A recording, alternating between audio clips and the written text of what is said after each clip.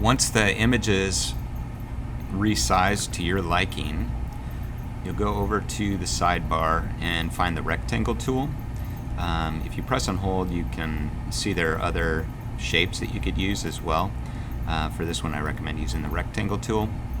And then you find the corner of the guide, the intersection, and you just click and drag. To do a perfect circle, if you press shift, or sorry, a perfect square, you can press shift and you'll know that it is a perfect square. But we also want to just align it to the guides and then let go. And so now you have the square. The issue is that it is above the photo.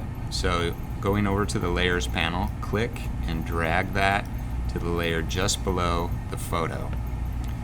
The way that clipping masks work in Photoshop is the layer above will get clipped to the layer below.